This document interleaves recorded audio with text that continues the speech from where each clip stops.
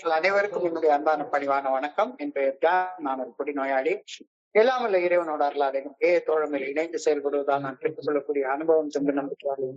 இன்னைக்கு ஒரு நாள், இன்னைக்கு ஒரே ஒரு நாள் நான் குடிக்கல, தெளிவா, மன நிறைவா, அமைதியா வாழ என்னாலான எல்லா முயற்சிகளையும் செய்து கொண்டிருக்கிறேன். அந்த குறிப்பிட்டது போல கோயம்புத்தூர் ஒருங்கிணைப்பு மனசாட்சி தீர்மானத்தின் அடிப்படையில 9-2-10 நடக்கிற இந்த ஆன்லைன் மீட்டிங்ல 24 மணித்துளிகள் ஒரு நாள், 24 hours a day அப்படின்ற புத்தகத்துல இருந்து ஒவ்வொரு நாளும் ஒவ்வொரு பக்கமாக எடுத்து வாசித்து விளக்கம் பார்த்து கலந்தாய் செய்து கூட்டத்தை நடத்தி கொண்டிருக்கின்றோம். அதன் தொடர்ச்சியாக இன்றைக்கு நாம அறிந்திருக்கிற பக்கம் ஆகஸ்ட் மாதம் 22ஆம் நாள். இந்த ஆகஸ்ட் 22க்கான சிந்தனைய முதல்ல வாசிச்சு அதன் பின் அதற்கு விளக்கம் பார்த்து கலந்தாய் செய்து இந்த கூட்டத்தை நிறைவு செய்வோம். ஆகஸ்ட் 22 சிந்தனையை முதல்ல வாசிக்கிறதுக்கு நண்பர் விமல்குமார் அவர்களை அன்போட பணியோடு அழைக்கிறேன். ஓடி விமல்குமார், ஆகஸ்ட் 22. நன்றி. தேங்க்யூ. நன்றிங்க சார். 24 மணித்துளிகள் ஒரு நாள், ஆகஸ்ட் 22. ஏஏ தோழமையின் இன்றைய சிந்தனை. ஏஏ தோழமையில் இணைந்த பின்னரும் குடிநோயின் பாதிப்புகளில் இருந்து மீள முடியாதவர்களும் இருக்கின்றார்கள்.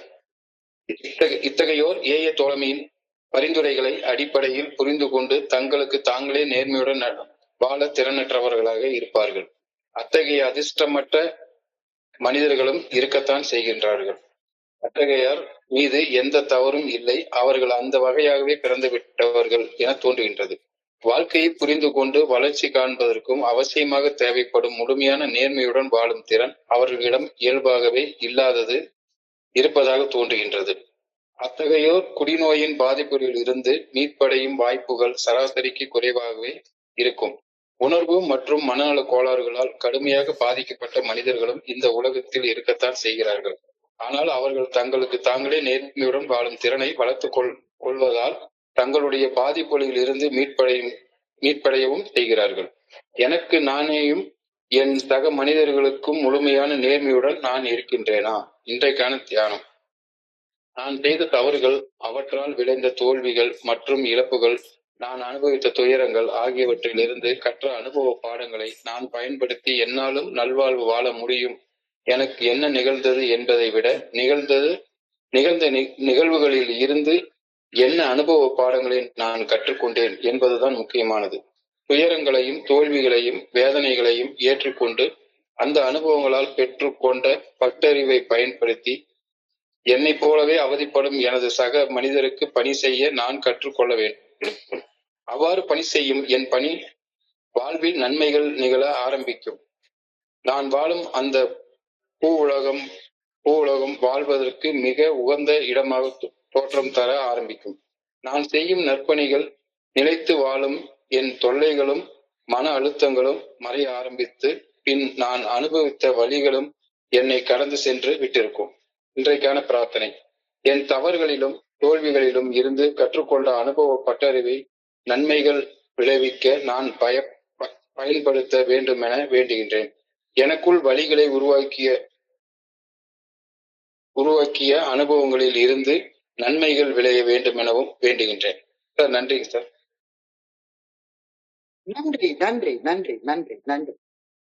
நன்றி விமல்குமார். நண்பர்கள் அனைவருக்கும் மீண்டும் ஒரு முறை அன்பான பணிவான வணக்கங்களை தெரிவித்துக் கொள்றேன். என் பெயர் ஜான். நான் ஒரு குடிநோயாளி. எல்லாம் வந்த இறைவனோட அருளாலையும் தோழமையில் இணைந்து செயல்படுவதால் பெற்றுக்கொள்ளக்கூடிய அனுபவம் கொஞ்சம் நம்பிக்கையாலையும் இன்னைக்கு ஒரே ஒரு நாள் நான் குடிக்கல, தெளிவா, மன நிறைவா, அமைதியா வாழ என்னால் எல்லா முயற்சிகளையும் செய்து கொண்டிருக்கின்றேன். தோழமையில இணைந்து செயல்பட ஆரம்பிச்சதுக்கு அந்த ஆரம்ப நாட்கள்ல மது போதையற்ற உடல் நிதானமாக வாழ்றதுக்கு சீக்கிரமாவே என்னால முடிய ஆரம்பிச்சிருக்குது. குடிக்காம இருந்தா ஓரளவுக்கு குடிச்சதுனால ஏற்பட்ட உடல் சம்பந்தமான உபாதைகள், சீரட் குடிக்கிறதுனால ஏற்பட்ட உடல் சம்பந்தமான உபாதைகள், இதெல்லாம் கொஞ்சம் கொஞ்சமா போக ஆரம்பிச்சிருச்சு. உடல் அளவுல நான் நிதானமாக வாழ ஆரம்பிச்சது, சீக்கிரமா வாழ ஆரம்பிச்சிட்டேன். ஆனாலும் மனதளவுல மன தெளிவோட வாழும் வாழ்க்கை அவ்வளவு சீக்கிரமாக என்ன அடையல. உண்மைதான். அவ்வளவு சீக்கிரமாக மன தெளிவோட வாழ நான் ஆரம்பிச்சிட்டேனா அப்படின்னு சொல்லி கேட்டா நிச்சயமாக இல்லை. மது போதையற்ற உடல் நிதானத்தின் அடுத்த எல்லையாகிய மன தெளிவு நிலையை அடையாத வரையில என் உணர்வுகள் தடுமாறும் போதும் உணர்வுகள் கொந்தளிக்கும் போதும் ஒண்ணு என்ன செய்வேன், திரும்ப போய் குடிச்சிருவேன். கூட குடிச்சவனை போல அதே பயத்துல, அதே கோபத்துல, அதே வெறுப்புல, அதே மனக்கசப்புல, எரிச்சல்ல, விரக்தியில, பொறாமையில, சந்தேகத்துல, கட்டுக்கடங்காத காமத்தோட, ஆணவத்தோட அல்லது கழிவிறக்கத்தோட, கட்டுப்படுத்த முடியாத பேராசையோட இதுல இருந்தெல்லாம் விடுபட்டு வாழ்ந்தேனா அப்படின்னு சொல்லி கேட்டா விடுபட்டு வாழல. கண்டிப்பா வாழல. கண்டிப்பா வாழ மன தெளிவோட வாழ்றது அப்படின்றது அவ்வளவு சுலபமா எனக்குள்ளார வந்துருது. உடல்ல மது போதையற்ற நிதானம் அது கொஞ்சம் சீக்கிரமே வந்துருச்சு. ஒன்னும் பெரிய விஷயம் கிடையாது. ஒரு நாளைக்கு ஒரு குவார்டர் பாட்டில் குடிக்கலன்னா அந்த குவார்டர் பாட்டில் குடிக்கிறதுக்கான செலவு, ஒரு பாக்கெட் சிகரெட் குடிக்கலன்னா அந்த அந்த அளவு பணம் இது மிச்சமாகத்தானே செய்யும். சோ அந்த அளவுல உள்ள ரெக்கவரி எனக்கு கிடைக்கத்தான் செஞ்சது.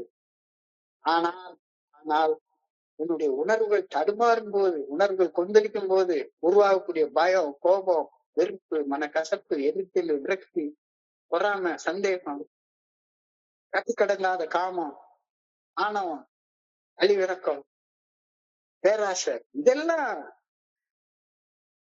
சீக்கிரம் போல. இப்ப கூட போயிடுச்சா, முழுசா போயிடுச்சான்னா ஒண்ணும் கிடையாது. முழுசாலாம் கண்டிப்பா போல. தெளிவு உடல் மது அருந்தாத உடல் போதையற்ற மது போதையற்ற உடல் நிதானத்துடைய அடுத்த எல்லைக்கு நான் போறதுக்கு ரொம்ப கஷ்டப்பட்டேன். அப்ப ஏன் என்னால குடிநோயின் பாதிப்புகள்ல இருந்து முழுமையாக மீட்படைந்து மன தெளிவோடு வாழ முடியல அப்படின்ற மிகப்பெரிய கேள்விக்கான விடை எளிமையாக இன்றைய சிந்தனையில வழங்கப்பட்டிருக்கிறது. இன்னைக்கு நம்ம எல்லாருமே எல்லா மீட்டிங்லயும் படிக்கிற அந்த How It Works அந்த பகுதியை இன்னைக்கு முதல் சிந்தனையாக கொடுத்திருக்கிறாங்க. தோல்வை பரிந்துரைக்கக்கூடிய பாதை 12 படிகள் அடங்கிய மீட்படையும் செயல் திட்டம். தோல்வை பரிந்துரைக்கக்கூடிய பாதை ஆகிய 12 படிகள் அடங்கிய மீட்படையும் செயல் திட்டத்தை முழுமையாக பின்பற்றி வாழ்க்கையாக வாழ்பவர்களுடைய வாழ்க்கை ஒரு நாளும் தோத்து போன மனநிலையில இருக்கவே இருக்காது அப்படின்னு அத்தியாயம் 5 முதல் வரியில அடிச்சு சொல்றாங்க. Rarely have we seen a person fail who has thoroughly followed our path. இது ஒரு வாக்குறுதி.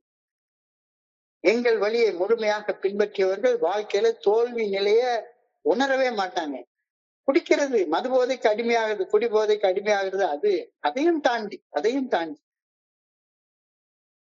எங்களுடைய இந்த பரிந்துரைக்கப்பட்ட 12 படிகள் அடங்கி மீட்படையும் செயல் திட்டத்தை வாழ்க்கையாக வாழ்றவங்க தோல்வி அப்படின்ற நினைப்பே, தோல்வி நிலை அப்படின்ற நினைப்பே மனசுல இருக்காது அப்படின்ற வாக்குறுதி 5வது அத்தியாயத்துடைய முதல் வரியிலேயே கொடுக்கப்பட்டிருக்கிறது. தோல்வி நிலை என்ன நினைக்கிறவன் தோழமையின் பரிந்துரைக்கக்கூடிய 12 படிகள் அடங்கி மீட்படையும் செயல் திட்டத்தை நினைச்சு கூட பார்க்க முடியாது. நான் தோத்து போயிட்டேன், வாழ்க்கை அவ்வளவுதான், முடிஞ்சு போச்சு அப்படின்னு நினைக்கிறவன் தோழமை பரிந்துரைக்கக்கூடிய 12 படிகள் அடங்கி மீட்படையும் செயல் திட்டத்தை நினைச்சு கூட பார்க்க முடியாது. வாழ்க்கையை ஒரு பெரிய சுமையாக கருதி இறையாறு பேராற்றில் என்னை படைத்த படைப்பின் நோக்கத்தை காலில் போட்டு மிதிச்சு வாழ்ந்து கொண்டிருந்தேன். என்னுடைய உரிமைகளை இழந்தேன், உடைமைகளை இழந்தேன், உணர்வற்ற ஒரு ஜடம் போல வாழ்ந்து கொண்டிருந்தேன். அதான அந்த குடி நாட்கள்ல வாழ்ந்த வாழ்க்கை. தோல்வி நிலை என நினைத்தால் மனிதன் வாழ்வை நினைக்கலாமா? வாழ்வை சுமை என நினைத்து தாயின் கனவை மிதிக்கலாமா? உரிமை இழந்தோம், உடைமையும் இழந்தோம், அந்த வெற்றி பெறுவோம் அப்படின்ற உணர்வை நம்ம இழக்கலாமா அப்படின்ற ஒரு தத்துவ பாடல் ஒண்ணு நான் சினிமால அடிக்கடி கேட்கறது உண்டு. சோ தோல்வி நிலைன்னு நினைக்கிறவன் தோல்மை பரிந்துரைக்கக்கூடிய 12 படிகள் அடங்கி மீட்படையும் செயல் திட்டத்தை நினைச்சு கூட பார்க்க முடியாது.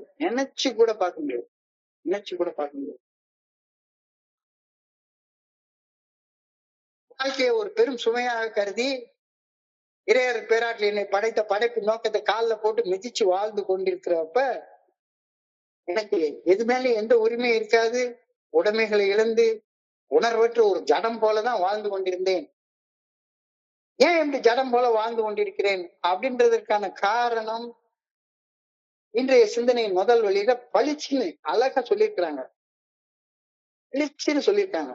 ஏன் இப்படி ஜடம் போல வாழ்ந்துட்டு நம்ம 100 தடவை 1000 தடவை இந்த வார்த்தைகளை கேட்டேன். இந்த 30 வருஷங்கள்ல எத்தனையோ தடவை கேட்டேன். Those who do not recover are people who are constitutionally incapable of being honest with themselves. பில்டபிள்யூ எங்க இருந்து இந்த வார்த்தைகள் எல்லாம் புடிச்சு போட்டாரோ தெரியல. Those who do not recover are people who are constitutionally incapable of being honest with themselves. Constitution அப்படின்னா என்ன அர்த்தம்? எந்த ஒன்றுடைய அடிப்படை அமைப்பு, அதுதானே கான்ஸ்டிடியூஷன் சொல்றோம். இந்தியன் கான்ஸ்டிடியூஷன் என்ன அர்த்தம்? இந்திய தேசத்தின் அடிப்படை அரசியல் அமைப்பு, அதுதானே இந்தியன் கான்ஸ்டிடியூஷன் சொல்றோம். கான்ஸ்டிடியூஷன் என்றால் அடிப்படை அமைப்பு. அடிப்படை அமைப்பு. ஏஏ தோழமை எந்த அடிப்படை அமைப்புல கட்டி எழுப்பப்பட்டிருக்கிறது அப்படின்னு யோசிச்சு பார்த்தா அதை புரிந்து கொள்ளும் திறமையை வளர்த்து கொள்ள முடியாததுதான் குடிக்கலனாலும் குடி நோயின் பாதிப்புகள்ல இருந்து விடுபட முடியாம பைத்தியக்கார மாதிரி வாழ்ந்து கொண்டிருப்பதற்கான அடிப்படை காரணமாக அமைகின்றது அப்படின்ற கருத்து இன்னைக்கு தெளிவாக சொல்லப்பட்டிருக்கிறது. ஏஏ தோழமை எதன் மீது அடிப்படையாக கட்டி எழுப்பப்பட்டிருப்பது என்பதை புரிந்து கொள்ளும் திறமையை வளர்த்து கொள்ள முடியாதவர்கள் குடிக்கவில்லை என்றாலும் குடிநோயின் பாதிப்புகளின் அடிப்படை காரணமாக்கி தங்களது பழக்க அடிமைத்தன கோளாறுகளில் இருந்து உடற்கோளாறுகளில் இருந்து மீண்டு வாழ முடியாதவர்களாக இருப்பார்கள் அப்படின்னு தான் இன்றைய சிந்தனையுடைய முதல் வரி அழகா சொல்லுது. Those who do not recover are people who are constitutionally incapable of being honest with themselves. So, Constitution of the Fellowship of Alcoholics Anonymous அப்படின்னா என்ன கான்ஸ்டிடியூட் பண்ணுது அப்படின்ற சிந்தனையை இன்னைக்கு சிந்திச்சு பார்க்க சொல்லி நம்ம கிட்ட கொடுத்துருக்காங்க. Constitution of the Fellowship of Alcoholics Anonymous is based on the 12-step recovery program. கிடையாது இந்த அடிப்படை, இதுதான் ஏயுடைய கான்ஸ்டிடியூஷன். ஏயுடைய கான்ஸ்டிடியூஷன் எது? 12-step recovery program. 12 படிகள் அடங்கிய மீட்படையும் செயல் திட்டம். 12 படிகள் அடங்கிய மீட்படையும் செயல் திட்டம் தான் ஏஏ தோழமையின் அடிப்படை அமைப்பு ஆகும். இந்த அடிப்படை அமைப்பை புரிந்து கொள்ளும் திறனற்றவர்கள் குடிநோயில் இருந்தும் தங்களை செயலடிமைத்தனங்களின் பாதிப்புகளில் இருந்தும் விடுபட முடியாதவர்களாக இருப்பார்கள் அப்படின்ற கருத்து தான் கான்ஸ்டிடியூஷனலி இன்கேப்பபிள். ஏயுடைய கான்ஸ்டிடியூஷனை புரிந்து கொள்ள முடியாதவர்கள், அதனால ஏஏ உருவாக்கப்பட்டிருக்கிறது அப்படின்றத புரிந்து கொள்ள முடியாதவர்கள், ஏயுடைய அடிப்படை அமைப்பை புரிந்து கொள்ளும் திறனற்றவர்கள் குடிநோயில் இருந்தும் தங்களது செயலடிமைத்தனங்கள் உருவாக்குகிற பாதிப்பில் இருந்தும் விடுபட முடியாதவர்களாக இருப்பார்கள். கொஞ்சம் ஆழமாக சிந்திக்க வேண்டிய விஷயம். எத்தனையோ ஒவ்வொரு மீட்டிங்லயும் படிக்க கேட்கணும். ஒவ்வொரு மீட்டிங்லயும் படிக்க கேட்கணும். Constitution of the fellowship of alcoholics anonymous என்ன அப்படின்னு நம்மளை நாமளே இன்னைக்கு ஆழமாக கண்ண மூடி ஒரு நிமிஷம் கேட்டு பார்ப்போம். எது what constitute the fellowship of alcoholics anonymous? இல்ல 12-step recovery program தான். 12 படிகள் அணிய மீட்படையும் செயல் திட்டம் தான் ஏஏ தோழமையின் அடிப்படை அமைப்பு ஆகும். இந்த அடிப்படை அமைப்பை புரிந்து கொள்ளும் திறனற்றவர்கள் குடிநோயின் பாதிப்புகளிலிருந்து மீண்டு வாழ்றது சாத்தியமே கிடையாது. குடிக்காம வேணா இருக்கலாம், ஆனா குடிநோயின் பாதிப்புகள்ல இருந்து மீட்படைந்து ஒரு நிம்மதியான, நிறைவான, சந்தோஷமான ஆன்மீக விழிப்புணர்வு பெற்ற நிலை, தன்னுணர்வு பெற்ற நிலையில வாழ முடியாதவர்களாக இருப்பார்கள். சோ பாதிப்புகளில் வாழ்ந்து கொண்டே எனக்கு இப்ப எந்த பாதிப்பும் இல்லை அப்படின்னு சொல்லிட்டு இருப்பாங்க. அப்படியே குடிநோய் காலத்துல வாழ்ந்த வாழ்க்கை தாலிய அடமானம் வச்சு அந்த பணத்துல போய் குடிச்சிட்டு உட்கார்ந்துருப்பேன். வீட்டுல ரொம்ப முக்கியமாக செலவுக்கு வச்சுக்கிட்ட பணத்தை வச்சு குடிச்சிட்டு உட்கார்ந்துருப்பேன். ஆனா அந்த பார்ல என் பக்கத்துல உட்கார்ந்து குடிச்சிட்டு இருக்கவன்ட்ட நான் என்ன சொல்லிட்டு இருப்பேன்? எனக்கு எந்த பாதிப்பும் இல்லை, நான் சந்தோஷமா குடிச்சிட்டு இருக்கேன் அப்படின்னு தான் நான் சொல்லுவேன். பாதிப்புகளில் வாழ்ந்து கொண்டே எனக்கு என்ன பாதிப்பு இல்லை என்று சொல்லிக் கொண்டிருப்பது குடிநோயுடைய தன்மை. எனக்கு இப்ப 1008 பாதிப்பு இருக்கு, ஆனா ஏஏ மீட்டிங்ல வந்து எனக்கு ஒரு பாதிப்பு இல்லை அப்படின்னு சொல்றது பொய் சொல்றது ஆகாதா? பொய் சொல்றது ஆகாதா? இதற்கான incapability of being honest with themselves அப்படின்னு சொல்றாரு. They are incapable of being honest with themselves. பொய் சொல்றது பொய் சொல்றது பொய் சொல்றது எப்பவுமே வாயை திறந்தா பொய் பொய் பொய் பொய் பொய். Incapability of being honest with themselves அப்படின்னு பில் டபிள்யூ குறிப்பிட்டிருக்கிறது இதைத்தான். அப்படிங்கிற காலத்துல நான் என்ன சொல்லிட்டு இருந்தேன், எனக்கு ஒரு பிரச்சனையும் இல்லைங்க, எனக்கு ஒரு பிரச்சனையும் இல்லை, நான் பாட்டுக்கு ஜாலியா இருந்துட்டு இருந்தேன். உலகத்துக்கு தான் பிரச்சனை இருக்கு, எனக்கு எந்த பிரச்சனையும் இல்லை. எனக்கு என்ன பிரச்சனை இருக்குன்னு எனக்கு மனசு திறந்து சொல்றதுக்கு வாய் வரமாட்டேங்குது. எல்லாவற்றிற்கு மேலாக எனக்கு நானே உண்மையாக இருத்தல் மிகவும் அவசியப்படுகின்றது. எல்லாவற்றுக்கும் மேலாக எனக்கு நானே உண்மையாக இருந்தால் மட்டும்தான் என்னால குடிநோயின் பாதிப்புகளிலிருந்து மீண்டு வர முடியும். Capability of being honest with myself. அவ்வாறு இருந்தால் மட்டும்தான் என்னை சுற்றி வாழும் சக மனிதர்களுக்கு உண்மை உள்ளவனாக என்னாலே இருக்க முடியும். இது ஒரு காலத்துல பண்றதுல thine own self be true அப்படின்ற வார்த்தையே பர்த்டே டோக்கன்ல எல்லாம் எழுதியிருப்பாங்க. ஷேக்ஸ்பியர் ஹாம்லெட்னு எழுதின ஒரு நாடகத்துல எடுக்கப்பட்ட ஒரு அற்புதமான வாசகம். This above all to thine own self be true and it must follow as the day the night. You cannot be false to any other man. அதாவது கோடியில தேடி எடுத்தால் இப்படி ஒரு வார்த்தையை கண்டுபிடிக்க முடியாது. This above all thine own self be true and it must follow as the day the night. You cannot be false to any other man. உனக்கு நீயே உண்மையாக இருந்தால் இந்த உலகத்தில் உள்ள அனைத்து மனிதர்களுக்கும் நீ உண்மையாக இருப்பாய். இது இரவை தொடர்ந்து நாளை காலை சூரியன் உதிக்கும் அப்படின்ற உண்மையை போன்ற சர்வ நிச்சயமான சத்தியம். உனக்கு நீயே உண்மையாக இருந்தால் இந்த உலகத்தில் உள்ள அனைத்து மனிதர்களுக்கும் நீ உண்மையாக இருப்பாய். இது இரவை தொடர்ந்து நாளை காலை சூரியன் உதிக்கும் என்ற உண்மையை போன்ற சர்வ நிச்சயமான சத்தியம். அதே மாதிரி உனக்கு நீயே உண்மையாக இல்லாம போய் பேசிட்டு அலைஞ்சிட்டு இருந்தேன்னா உலகத்துல எவருக்குமே நீ உண்மை உள்ள மனுஷனாக இருக்க மாட்டாய். உண்மையுள்ளவனாக இருக்க மாட்டாய். இதுவும் இரவை தொடர்ந்து நாளை காலை சூரியன் உதிக்கும் என்ற உண்மையை போன்ற சர்வ நிச்சயமான சத்தியம். This above all to thine own shall be true and it must follow as the day the night. You can't be false to any other man. எனக்கு நானே உண்மையாக இருக்கும்போது என் சக மனிதர்களுக்கும் உண்மை உள்ளவனாக என்னால் இருக்க முடியும். எனக்கு நானே உண்மையாக இல்லாமல் இருக்கும்போது என் சக மனிதர்களுக்கு உண்மை உள்ளவனாக என்னால இருக்கவே முடியாது. இது ரொம்ப ரொம்ப ரொம்ப ரொம்ப எளிமையான உண்மை.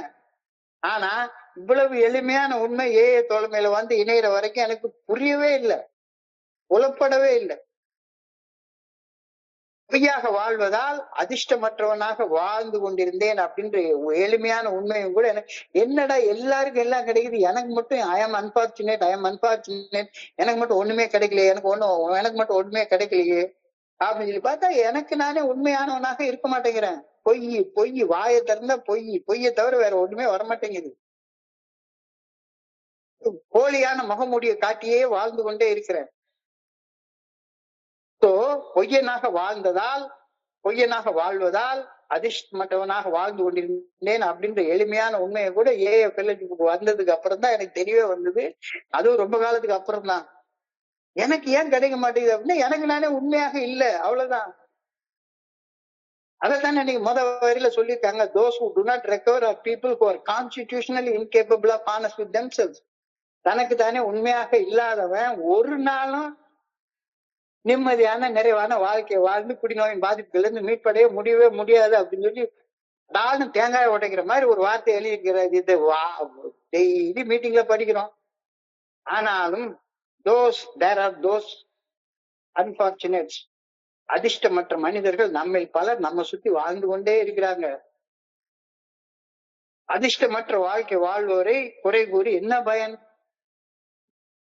அவங்கள குறை சொல்லி என்ன பயன்? they are not at fault.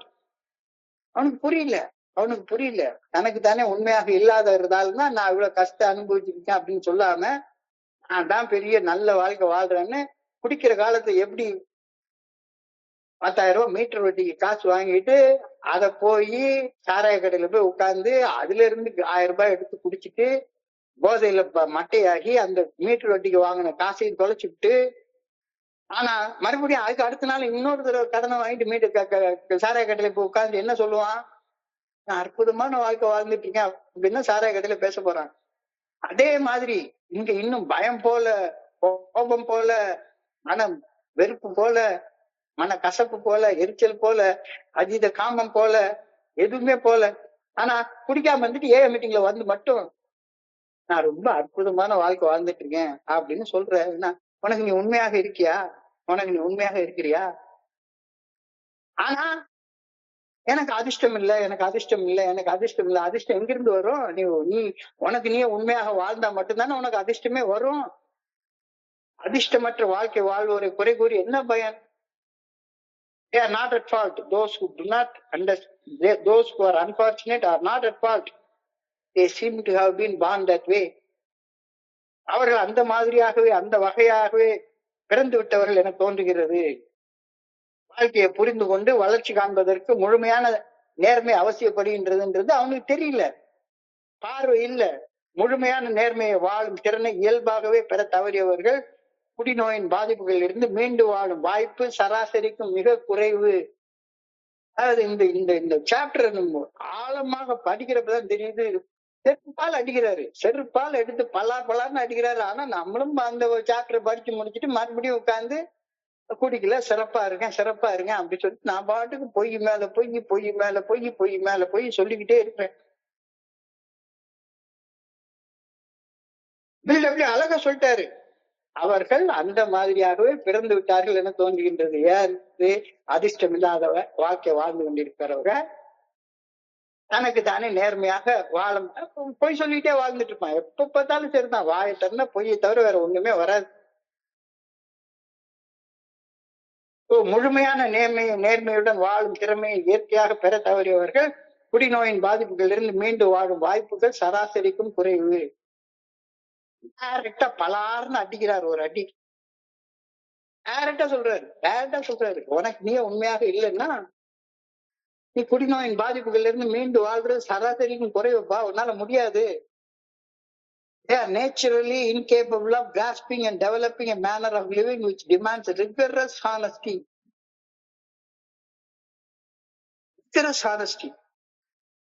ஏன் நம்ம எல்லாத்துலயும் இந்த சாப்டர் 5 எடுத்து வாசிக்கிறோம் அப்படின்னா இதுல ஒரு ஆழமான ஒரு அர்த்தம் இருக்கு.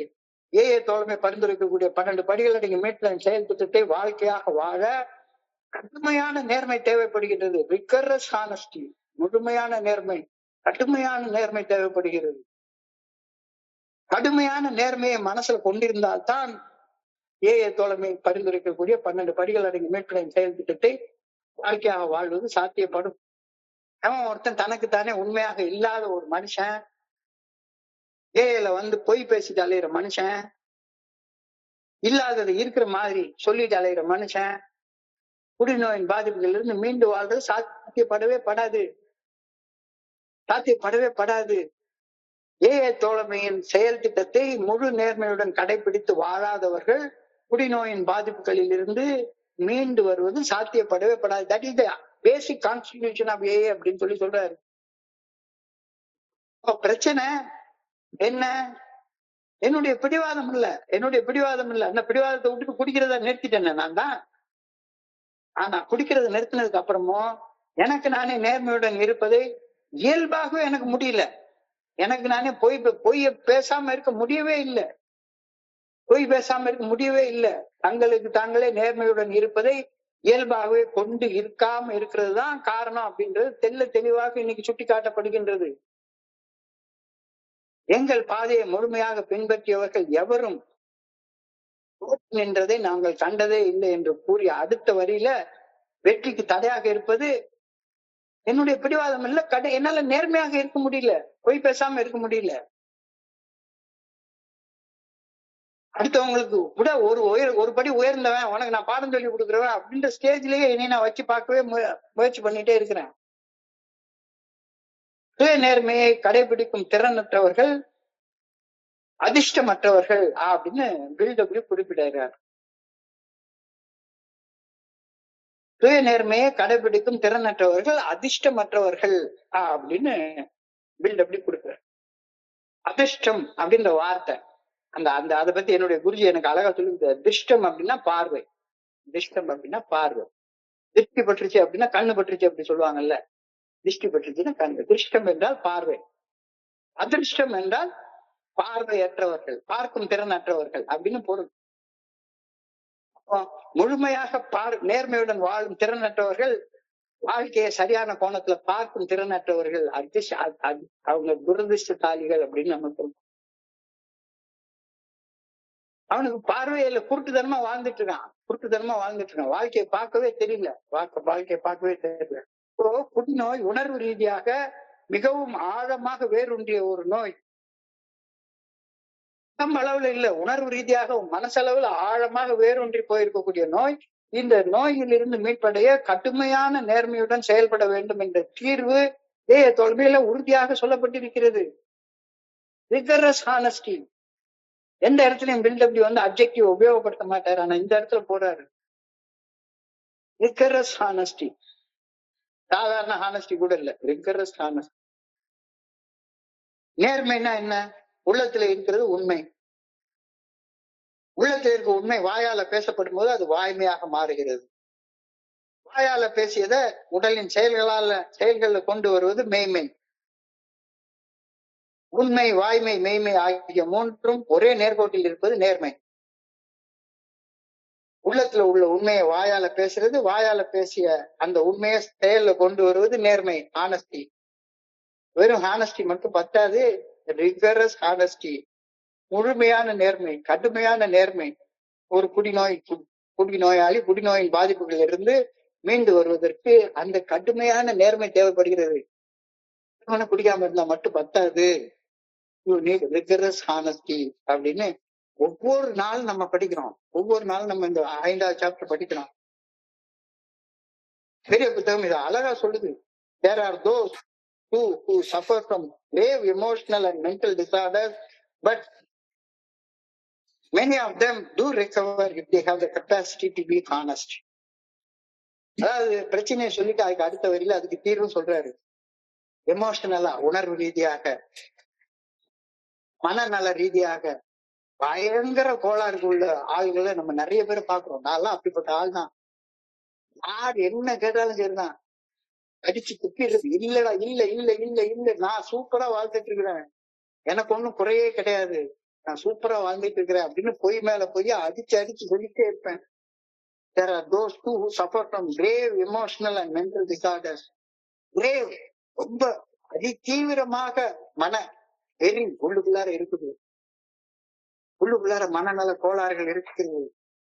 இப்படிப்பட்ட மனிதர்களும் அந்த பாதிப்புல இருந்து மீட்படைய முடியும் எப்ப? if they have the capacity to be honest. கடுமையான நேர்மையாக வாழக்கூடிய அந்த திறனை வளர்த்து கொண்டால் உன்னாலையும் குணமடைய முடியும். அதை தொடர்ந்து கேள்வி கேட்கிறாங்க. am I completely honest with myself and with other people? எனக்கு நானேயும் என் சக மனிதர்களுக்கும் நேர்மையாக நான் இருக்கின்றேனா? நீயே சொல்லு. இல்ல இன்னமும் உட்கார்ந்து போய் பேசிட்டு அலைஞ்சிட்டு இருக்கிறேன்னா, எனக்கு கேர் பண்ண சான்ஸ் கிடைக்குதுன்னா என்னைய கூட்டத்துல இருக்க எல்லாரையும் விட ஒரு பங்கு மேல உள்ள ஆளு அப்படின்னு காட்டிக்கிறதுக்காக அந்த ஹியூமரிஸ்டிக் பிரைட்ல பேசிட்டு அலையிறேன்னா இன்னமும் am I completely honest with myself and with other people? எனக்கு நானேயும் என் சக மனிதர்களுடனும் முழுமையான நேர்மையுடன் நான் இருக்கின்றேனா? உனக்கு நீயே கேட்டுக்கோ. இல்லைன்னா இன்னைக்கு தியானத்தை கடந்து போ. உனக்கு நீயே நேர்மையாக இல்லைன்னா தியானத்தை கடந்து போ. நான் கடந்த காலத்தால செய்த தவறுகளின் அனுபவங்களை என்னுடைய எதிர்கால முன்னேற்றத்தின் படிக்கட்டுகளாக மாற்ற வேண்டும். எஸ், ஏகப்பட்ட தவறுகள் செஞ்சிருக்கேன். நான் கடந்த காலத்துல செய்த தவறுகளின் அனுபவங்களை என்னுடைய எதிர்காலத்தின் முன்னேற்ற படிக்கட்டுகளாக நான் மாற்ற வேண்டும். அவ்வாறு மாற்ற அனுபவத்தின் பட்டறிவால் நிகழ்காலத்துல நான் செய்யும் செயல்கள்ல திருத்தங்கள் கொண்டு வர வேண்டும். இது இன்னைக்கு தியானத்துடைய முதல் வரி. கடந்த கால இழப்புகள் என்னை சோர்வடைய செய்வதற்கு பதிலாக அவை நான் தவறு செய்வதிலிருந்து மீளும் மீள்திறனை வளர்த்து கொள்ள எனக்கு உதவ வேண்டும். பேசி ட்ரங்கலாக பேசி நான் சோர்வடைகிறதுக்கு பதிலாக நிகழ்காலத்துல நான் தவறு செய்வதிலிருந்து மீளும் மீள்திறனை வளர்த்து கொள்வதற்கு என்னுடைய ஒவ்வொரு ஷேரிங்கும் எனக்கு உதவணும். எதிர்கால வெற்றிக்கான மன உறுதியை என்னுள் வலுப்படுத்த என்னுடைய கடந்த கால அனுபவ அறிவு பயன்படுத்தப்பட்டாக வேண்டும். இது தியானத்துடைய முதல் வரி. ஸோ அதுக்காக தான் இன்வென்ட்ரி எடுத்து பார்க்க சொல்றாங்க. 4வது படியில, 8வது படியில, 10வது படியில இன்வென்ட்ரி மேல இன்வென்ட்ரியா எடுத்து பாக்குறாங்க. இல்ல, கீப் அ ஃபெயிலியர் ஜேர்னல். எது எதுல நான் தோத்து நிக்கிறேன் அப்படின்னு சொல்லி ஒரு பட்டியல் போட்டு பாத்துக்கோ. அந்த மாதிரி நான் தவறு பண்ணதுனாலதானே நான் சஃபரிங் பண்ணிட்டு இருக்கேன்.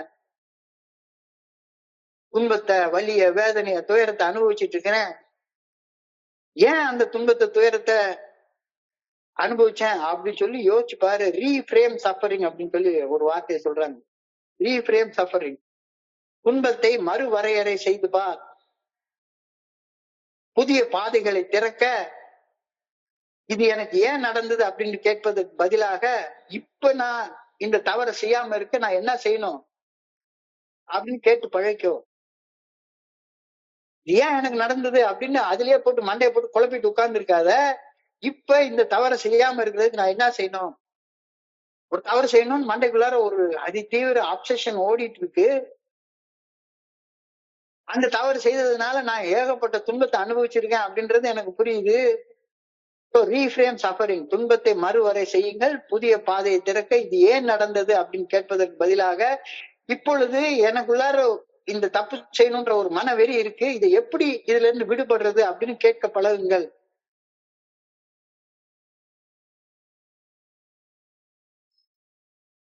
ஒவ்வொருவரும் துன்பப்படுகிறார்கள், நானும் துன்பப்பட்டேன். எனது துன்பம் என்ன பாடத்தை எனக்கு இறையர் பேராற்றலால கத்துக்கிறதுக்காக அனுப்பப்பட்டது அப்படின்னு யோசிச்சு பாரு. எல்லாரும் துன்பப்படுறாங்க, நானும் துன்பப்பட்டேன். ஏன் துன்பப்பட்டேன்? ஏன் துன்பப்பட்டேன்? இந்த துன்பம் எதனால வந்தது அப்படின்னு உனக்கு நீயே கேட்டுக்கொள்ள பழகு. கேட்டுக்கொள்ள பழகு. குடிக்காம இருந்தா மட்டும் துன்பங்கள் போயிடாதுல்ல. சோ அனுபவ பாடங்களில் உறுதியாக இருங்கள். ஏமாற்றத்துல அல்ல, பாடத்துல கவனத்தை செலுத்து. ஐயோ எனக்கு இது போயிடுச்சு, அப்படி போயிடுச்சு அப்படின்ற ஏமாற்றத்துல மட்டுமே பேசிக்கிட்டே இருக்காத. அனுபவம் கற்றுத்தந்த பட்டறிவு பாடத்துல கவனத்தை செலுத்து. பட்டறிவு ஞானத்தை தவறு செய்வதை தவிர்க்க பயன்படுத்து. இப்ப நான் தவறே செய்யல அப்படின்னு அந்த ரீதியில சிந்திச்சுக்கிட்டு பேசாத. தவறே செய்யல அப்படின்ற அந்த ரீதியில சிந்தித்து பேசாத. ஏமாற்றத்தில் அல்ல, பாடத்தில் கவனத்தை செலுத்து. பட்டறிவு ஞானத்தை தவறு செய்வதை தவிர்க்க பயன்படுத்து. தவறு செய்யறதுக்கு பயன்படுத்துறதுக்காக வந்திருக்கோம் இல்ல இல்ல. You can make your own mistakes, failures, losses, suffering. It's not what happens to us so much as what use we make out of our experiences. நான் அனுபவித்த துன்ப துயரங்களையும் துன்ப அனுபவங்களையும் அந்த அனுபவங்களால் பெற்ற தெம்பு நம்பிக்கையும் என்னுடைய சக மனிதர்களுக்கு உதவும் கலங்கரை விளக்கமாக மாற்றுவது என்னுடைய துன்ப அனுபவங்களின் பிடியிலிருந்து விடுபடுவதற்கு சக்தி வாய்ந்த வழியாகும். துன்பத்துல ஏன் நான் கட்டி பிடிச்சி புரண்டு பண்ணி மாதிரி சுத்திக்கிட்டே கிடக்குறேன்? எதுக்காக துன்பம் எனக்கு இறைவனால் அனுப்பப்பட்டது அப்படின்ற காரணத்தையே நான் புரிஞ்சு கொள்வதே இல்லை. நான் அனுபவித்த துன்ப அனுபவங்களையும் அந்த அனுபவங்களால் பெற்ற தெம்பு, அந்த தெம்பால் பெற்ற நம்பிக்கை, இத என்னுடைய சக மனிதர்களுக்கு உதவும் கலங்கரை விளக்கமாக மாற்றுவது என்னுடைய துன்ப அனுபவங்களின் பிடியில் இருந்து விடுபட சக்தி வாய்ந்த வழியாகும் அப்படின்னு இன்னைக்கு தியானத்துல ஒரு வரி சொல்றாங்க. எல்லாத்தையும் அப்படியே கேட்டு கேட்டு தலையை ஆட்டிவிட்டு அதுக்கு அப்புறமா மறுபடியும் அதே பாதை அதே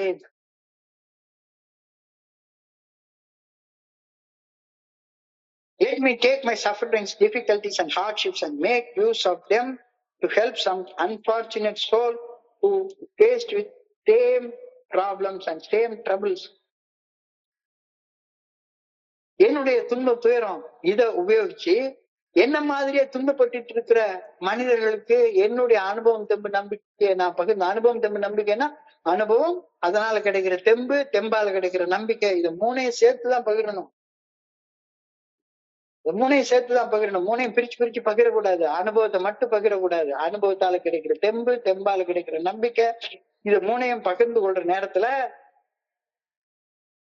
நான் என்னுடைய துன்பங்கள் எதற்காக இறைவனால எனக்கு புகப்பட்டன, அது இன்னொரு மனுஷனுடைய உயிரை காப்பாத்துறதுக்காக எனக்கு கொடுக்கப்பட்டிருந்தது. நான் எவ்வளவுதான் கீழே போயிட்டு இருந்தாலும் என்னுடைய அனுபவம் எப்படி பிறருக்கு நன்மை தருவதாக இருக்க முடியும் அப்படின்றத பாக்குற நேரத்துல என்னுடைய துன்ப துயரத்துல இருந்து நான் ஆட்டோமேட்டிக்கா விடுபடுறேன்.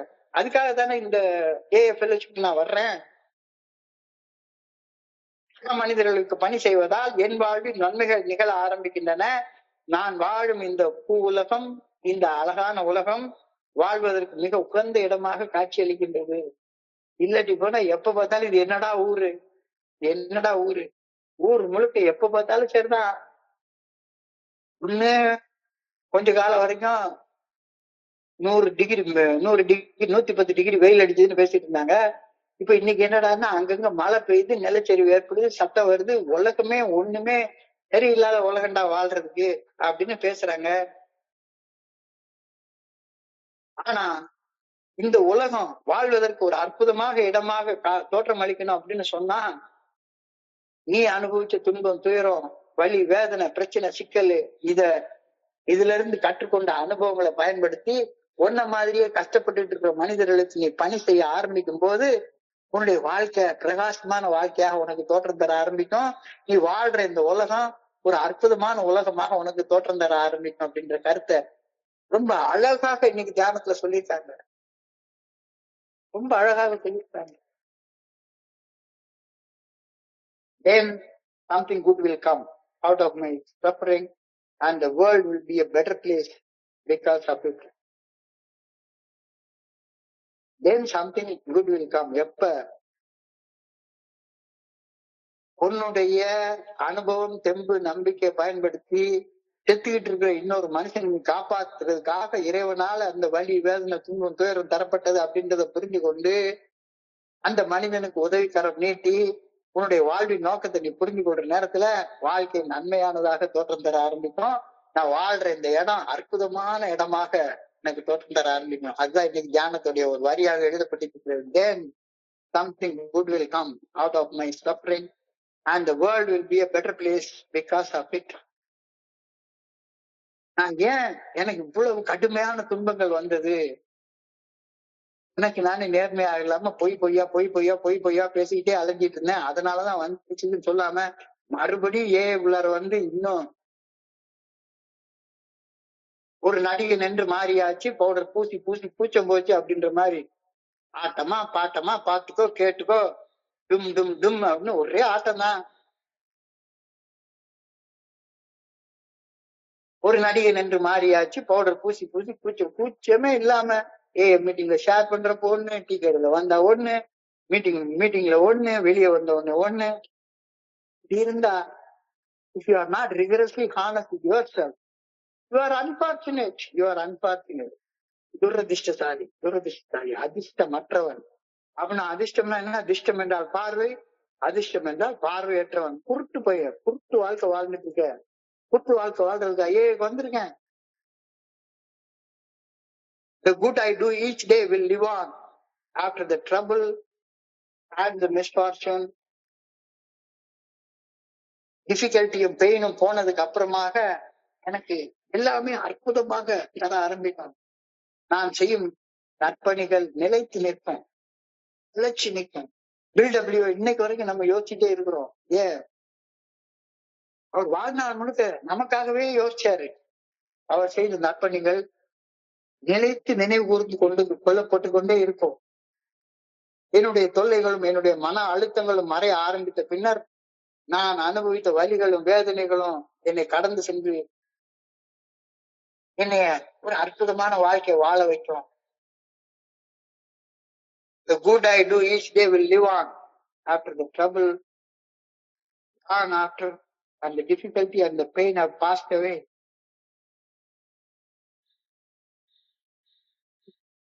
இந்த தியானத்தை தொடர்ந்து ஒரு பிரேயரை கொடுத்திருக்கிறாங்க. I pray that I may make good use of my mistakes and failures. I pray that I may make good use of my mistakes and failures. என்னுடைய தவறுகளும் தோல்விகளில் இருந்து கற்றுக்கொண்ட அனுபவ பாடங்களை நன்மைகளை விளைவிக்க நான் பயன்படுத்த வேண்டும் என வேண்டுகின்றேன். தப்பு செஞ்சுட்டல்ல அவர்களின் உண்மையான தன்மை உண்மையோடு ஒப்புக்கொள்ளு. இல்ல நான் இப்பெல்லாம் தப்பு செய்யல, நேற்று தப்பு செஞ்சேன், இன்னைக்கெல்லாம் ரொம்ப ஒரே நல்லதை தவிர வேற எதுவுமே செய்யறது இல்லை அப்படின்னா you are not honest with yourself. என் தவறுகளாலும் தோல்விகளாலும் அதிலிருந்து கற்றுக்கொண்ட அனுபவப்பட்டறிவை, அனுபவ பாடத்தை, நன்மைகளை விளைவிக்க நான் பயன்படுத்த வேண்டும் என வேண்டுகின்றேன். I pray that some good may result from my painful experiences. என்னுடைய வலிகள் உருவாக்கிய அனுபவங்களில் இருந்து நன்மைகள் விளைய நான் ஏதாவது ஒண்ணு செய்யணும். வலியை உருவாக்குன அந்த செயலை செய்யக்கூடாது.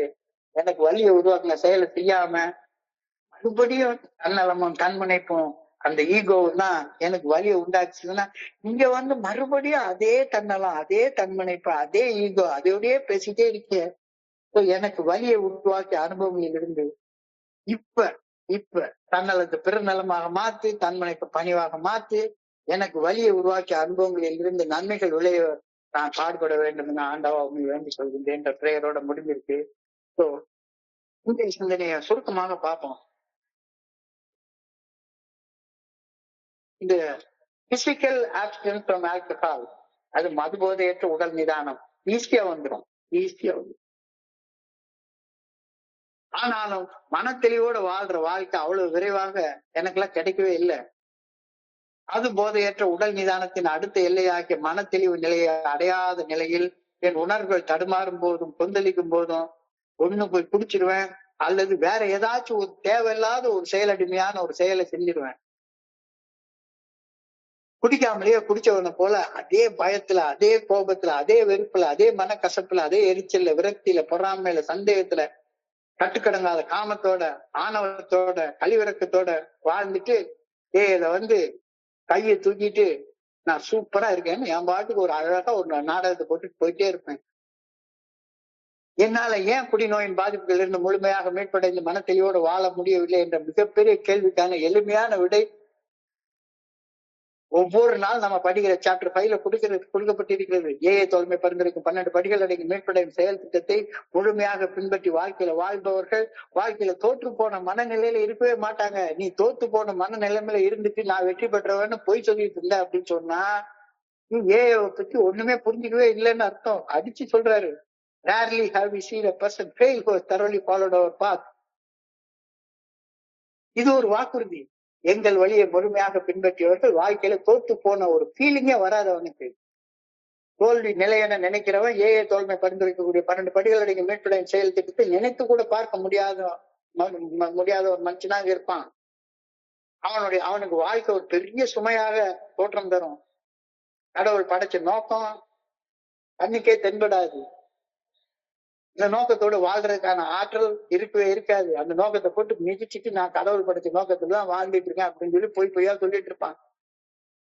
உரிமை இழந்தோம், உடைமை இழந்தோம், உணர்வற்ற ஒரு ஜடம் போல வாழ்ந்து கொண்டிருந்தோம். ஏன் இப்படி வாழ்றோம் அப்படின்றதுக்கான காரணம் தெளிவாக சொல்லப்பட்டிருக்கிறது. Those who do not recover are people who are constitutionally incapable of being honest with themselves. தங்களுக்கு தாங்களே நேர்மையுடன் நடந்து கொள்ள முடியாதவர்கள் யாரு? அவங்க ஏஐடைய கான்ஸ்டிடியூஷன் என்னன்னே புரிஞ்சு கொள்ளல. ஏன்னா வந்து ஒரு கூட்டம், அந்த கூட்டத்துல வந்து சினிமா பார்த்து போற மாதிரி ஒரு சினிமாவா ஒவ்வொரு நாளும் டிசைனா டிஃபரெண்டா ஒரு அனுபவத்தை கேட்கறது, பொழுது போக்குறதுக்கான ஒரு இடமாக இங்க வந்து பாத்துட்டு இருந்தோம்னா ஏஐடைய கான்ஸ்டிடியூஷனா என்னன்னே புரிஞ்சு கொள்ளலையே. கான்ஸ்டிடியூஷன் என்றால் ஒன்றின் அடிப்படை அமைப்பு. இந்தியன் கான்ஸ்டிடியூஷனா என்ன? இந்திய தேசத்தின் அடிப்படை அரசியல் அமைப்புன்னு தானே அர்த்தம். அப்ப ஏஐடைய கான்ஸ்டிடியூஷன் என்ன? ஏஐடைய கான்ஸ்டிடியூஷனா என்ன? இந்த 12 ஸ்டெப் ரெக்கவரி ப்ரோக்ராம் 12 படிகள் அடங்கிய மீட்படையும் செயல் திட்டம் தானே ஏஐடைய அடிப்படை கான்ஸ்டிடியூஷன்.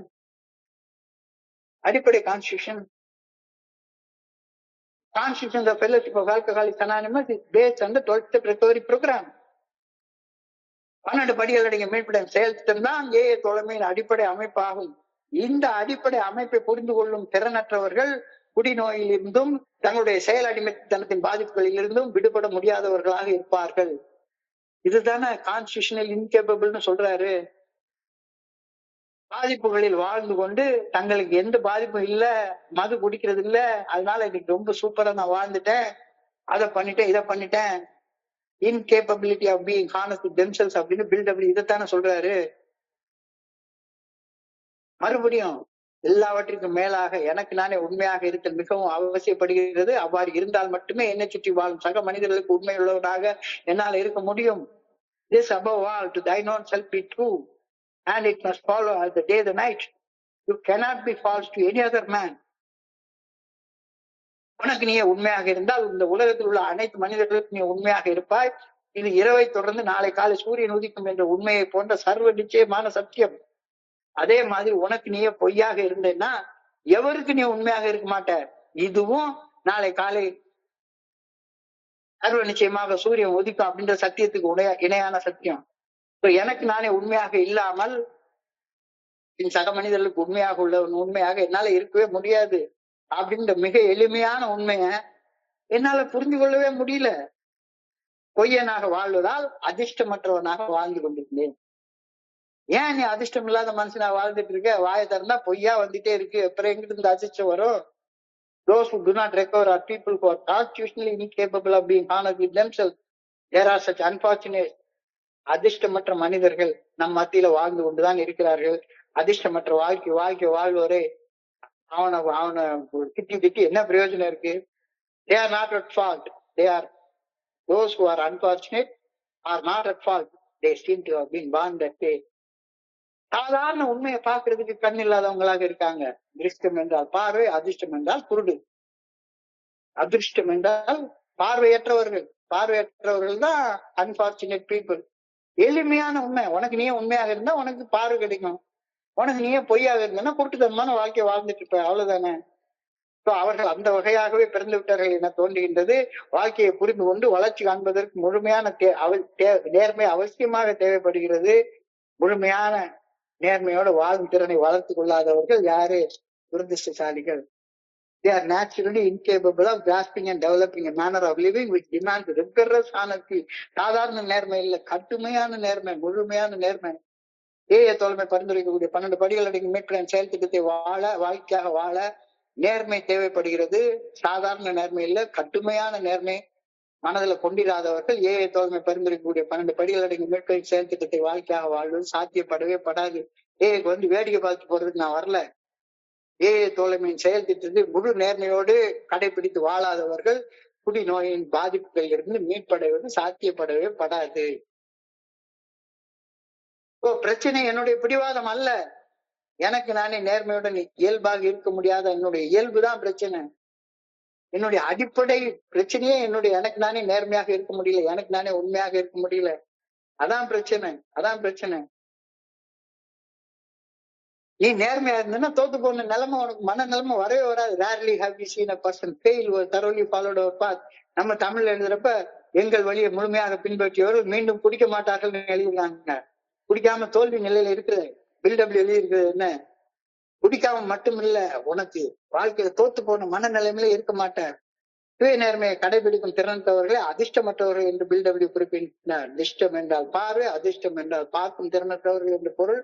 முழுமையான நேர்மையுடன் வாழும் திறனற்றவர்கள் வாழ்க்கையை சரியான கோணத்துல பார்க்க முடியாதவங்க அப்படின்னு அழகா சொல்றாரு. குடி நோய் மிகவும் ஆழமாக வேரூன்றி போயிருக்கக்கூடிய ஒரு நோய். நேர்மை இல்லாம இந்த நோயில இருந்து குணமடைய முடியாது. நேர்மை என்றால் என்ன? உள்ளத்துல இருக்க உண்மையை வாயால பேசணும். வாய்மைய செயல்ல கொண்டு வந்து என்னுடைய உண்மை, வாய்மை, மெய்மை ஆகிய 3 நேர்கோட்டில் இருக்கிறது தான் நேர்மை. நாமே கம்ப்ளீட்லி ஹானஸ்ட் வித் மைசெல்ஃப். எனக்கு நானே முழுமையான நேர்மையோட இருக்கிறேன்னா இல்லைன்னா இன்னைக்கு தியானத்தை கடந்து போ. நான் கடந்த காலத்துல செய்த தவறுகளின் அனுபவங்களை என்னுடைய எதிர்காலத்தின் முன்னேற்ற படிக்கட்டுகளாக மாற்றி ஆகணும். மறுபடியும் குடிக்கிற காலத்துல இருந்த மாதிரி வீட்டுல ஒரு முகம், சாராய கடையில ஒரு முகம் அப்படின்ற மாதிரி இல்லாம வீட்டுல ஒரு முகம், மீட்டிங்ல ஒரு முகம் அப்படின்னு ஒவ்வொரு இடத்துக்கு தகுந்த மாதிரி ஒரு முகத்தை காட்டிட்டே உட்கார்ந்து இருக்கிறது சரிப்பட்டு வருமா? கடந்த காலத்தின் இழப்புகள் என்னை சோர்வடைய செய்வதற்கு பதிலாக அவை நான் தவறு செய்வதிலிருந்து மீள்திறனை வளர்த்துக் கொள்வதற்கு உதவ வேண்டும் அப்படின்னு இன்னைக்கு தியானம் சொல்லுது. ஃபெயிலியர் ஜேர்னல் ஒரு பட்டியலை தயாரிச்சுக்கோ. என்னென்ன செயல்கள் உன்னை தோத்து போன மனநிலையை உனக்கு கொடுத்தது அப்படின்றத எடுத்துக்கோ. Reframe suffering. துன்பத்தை மறுவரையறை செய். புதிய பாதைகளை திறக்க இது எனக்கு ஏன் நடந்தது அப்படின்னு கேட்பதற்கு பதிலாக ஆமா நடந்துச்சு, இப்ப அதே செயலை செய்யணும்ன்ற ஒரு மன வெறி எனக்குள்ளார இருக்குது, அதுல இருந்து எப்படி தப்பி பழக்கிறது அப்படின்னு கேட்க பழகு. துன்பம் எல்லாருக்கும் வரும். நானும் துன்பப்பட்டேன். என்னுடைய துன்பம் எனக்கு என்ன பாடத்தை கற்பிச்சுது, என்ன பாடத்தை கற்பிப்பதற்காக இறையருள் பேராற்றலால எனக்கு அந்த துன்பம் கொடுக்கப்பட்டது. அனுபவ பாடத்துல உறுதியாக இரு, ஏமாற்றத்துல அல்ல, பாடத்துல கவனம் செலுத்து, பட்டறிவு ஞானத்தை தவறு செய்வதை தவிர்க்க பயன்படுத்து. You can make mistakes, failures, losses, suffering. It's not what happens to you so much as what use you make out of that experience. நான் அனுபவித்த துன்ப அனுபவங்களையும் அந்த அனுபவங்களால் பெற்ற தெம்பு நம்பிக்கையும் என்னுடைய சக மனிதர்களுக்கு உதவும் கலங்கரை விளக்கமாக மாற்றுவது என்னுடைய துன்ப அனுபவங்களின் பிடியிலிருந்து விடுபட ஒரு சக்தி வாய்ந்த வழியாக அமைகின்றது அப்படின்ற கருத்தை நீ தியானத்துல சொல்றாங்க. தயவு செய்து ஆழமாக சிந்திச்சு பார்ப்போம். இப்போ என்னுடைய கடந்த கால தவறுகள், துன்பங்கள், கடினமான அனுபவங்களை நான் பயன்படுத்துவதன் மூலமாக என்ன போல கஷ்டப்பட்டு கொண்டிருக்கும் மனிதர்களுக்கு நேரடி நிவாரணத்தை நான் எடுத்து செல்ல என்னால முடியும்.